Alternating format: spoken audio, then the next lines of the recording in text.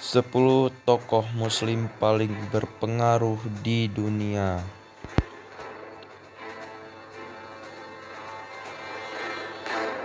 Yang pertama, Syekh Muhammad Taqi Utsmani. Pengaruh utama Utsmani berasal dari posisinya sebagai otoritas global dalam masalah keuangan Islam. Beliau telah bertugas di Dewan Direksi sebagai ketua di lebih dari selusin bank dan lembaga keuangan Islam. Beliau juga secara langsung menguasai ensiklopedia hadis, sebuah komplikasi yang akan memberikan nomor universal untuk setiap hadis dengan cara yang sama dengan membuat referensi pada ayat Al-Quran. Yang kedua, Prof. Syed Hasan Nasr. Syed Hasan Nasr adalah seorang profesor studi Islam di George Washington University. Dia tetap menjadi salah satu ilmuwan muslim paling berpengaruh di dunia karena karya tentang tradisi dan filsafat Islam. Beliau berupaya menyajikan Islam sebagai kekuatan revolusioner dengan mengorbankan dimensi kerohanian Islam dan sering melancarkan kritik terhadap ulama tradisional yang menyalahgunakan lembaga untuk kepentingan politik. Yang ketiga, Muhammad bin Said Al Nahyan. Sebagai calon pewaris tahta Abu Dhabi dan calon presiden Uni Emirat Arab, kecakapan Pangeran Muhammad bin Said Al Nahyan sebagai seorang politisi sudah banyak terbukti. Sang pangeran terutama dikenal royal mengucurkan dana sumbangan. Ia tercatat pernah menghabiskan dana hampir 200 juta US dollar untuk memerangi polio dan bisnis gelap perdagangan manusia. Tidak hanya di bidang kesehatan, Pangeran Muhammad Al Nahyan juga seorang pecinta alam. Terbukti pada tahun 2000 dia mendirikan Muhammad bin Said Species Conservative Fund, lembaga konservasi untuk spesies hewan, tumbuhan, dan jamur yang terancam punah. Dr. Zakir Abdul Karim Naik. Dr. Zakir Naik dengan kemampuan yang dimiliki berupa hafalan yang teramat kuat tidak hanya mampu menghafalkan Al-Quran dan Sahih Bukhari Muslim, akan tetapi beliau juga menguasai kitab Injil, Taurat, dan Weda. Meluasnya dakwah Islam yang dilakukan Dr. Zakir Naik meskipun tidak semuanya masuk Islam sudah cukup mengkhawatirkan dunia barat, sebab menurut The Clash of Civilization-nya Samuel Huntington, barat tengah menempati Islam sebagai musuh jika ternyata warganya sendiri memahami Islam dengan baik. Beliau selaku raja dan kerajaan Maroko menunjukkan dukungan yang kuat untuk orang-orang Palestina dan Yerusalem. Beliau juga mempertahankan hubungan spiritual yang kuat dengan umat Islam di sementara Afrika. Ditambah, Maroko juga dikenal sebagai sumber penyebaran Islam melalui Afrika Barat.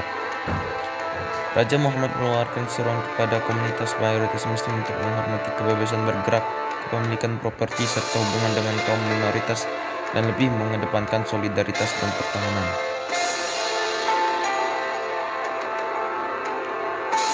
Yang kelima, Sultan Said Qaboos.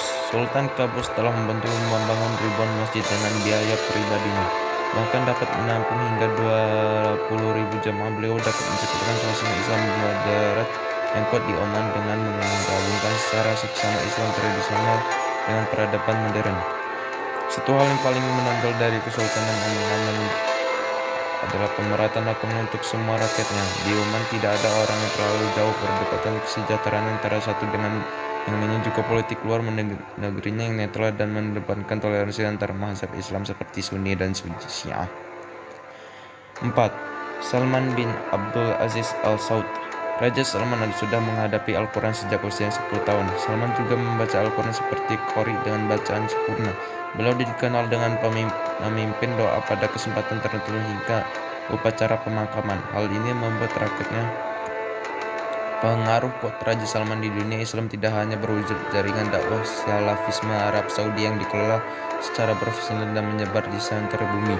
Namun berbeda dengan raja-raja lainnya, Raja Arab Saudi justru memiliki gelar khadim yang secara harfiah diterangkan sebagai pembantu. Raja-raja Arab Saudi adalah pembantu atau pelayan dua kota suci, Mekah dan Madinah.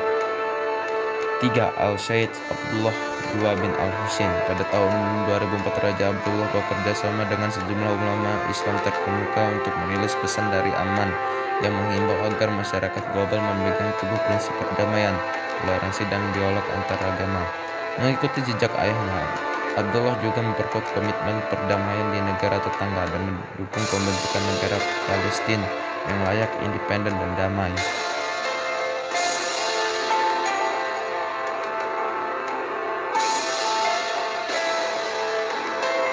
Yang kedua, Recep Tayyip Erdogan. Erdogan sangat gigih membela rakyat Palestina dalam menghadapi Israel. Erdogan dan Turki menaruh perhatian yang sangat besar terhadap kondisi yang nasib rakyat Palestina. Erdogan berkali berusaha membebaskan Gaza dari pengepungan dari blokade Zionis Israel. Erdogan bukan jenis pemimpin yang hanya bisa mengolah kata-kata dan hanya sekedar mencari simpati, tetapi beliau jenis pemimpin yang sangat berani mempertaruhkan segalanya yang dimiliki untuk membela kaum muslimin.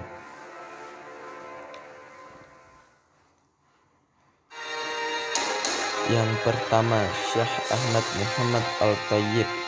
Beliau dikenal sebagai ulama moderat dan selalu menyerukan ukhuwah persatuan, tegas mengkritik Zionis selama masa transisi politik dan kerusuhan di Mesir.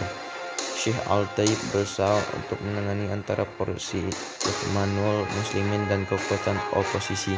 Syekh Al-Thayyib selalu menekankan misinya untuk mempromosikan Islam tradisional. Ia telah menekankan pentingnya mengajarkan ilmu-ilmu Islam tradisional kepada mahasiswa Al-Azhar karena mereka datang dari berbagai penjuru dunia dan akan menjadi duta Islam ke seluruh dunia.